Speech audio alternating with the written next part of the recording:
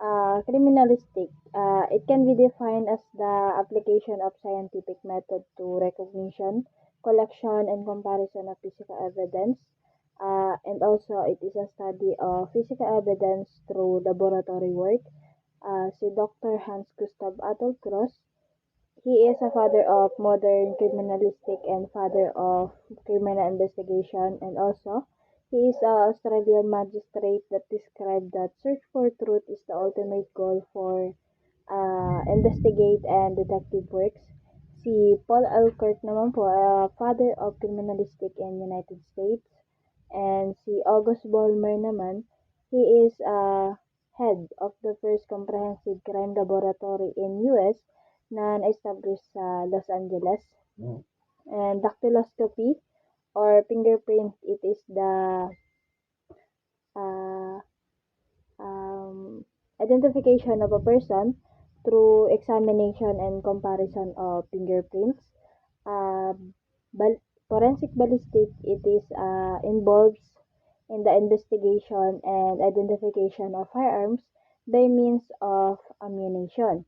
And golden rule of crime scene investigation is do not touch, change, or alter anything until it has been identified, measured, or photographed.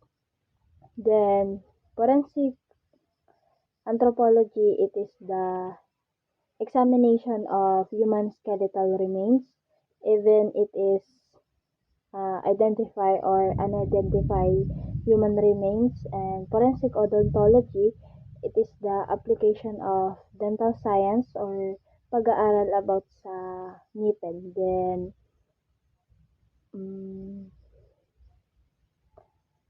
various condition of fingers is polydactyl is more than 10 fingers. Macrodactyl is having enlarged finger. Microdactyl is small finger.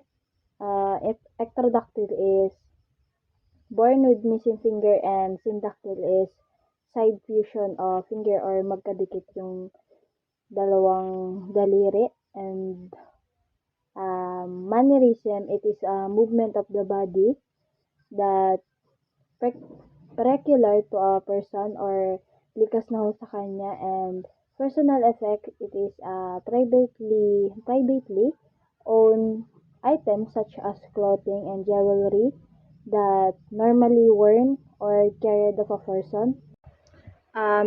Importance of tattoo marks. It may help the identification of a person.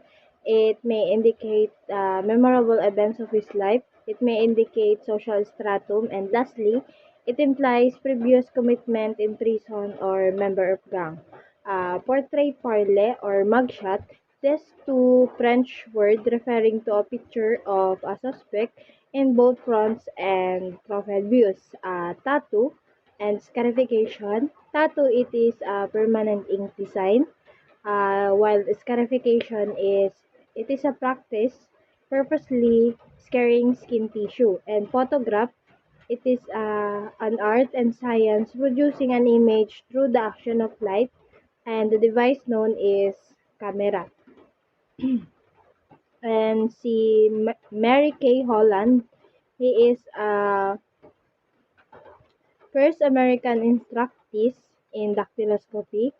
Si John Dillinger, it is public enemy number 1 in US and attempt to destroy his own fingerprints in using corrosive acids. And si Robert James Pitts or Roscoe Pitts, he is a man without fingerprint because of the surgery to forge his own fingerprints. And si Generoso Reyes, a first Filipino fingerprint technician, and si Isabella Bernales is a first Filipina fingerprint technician, and si Lucila Lalu.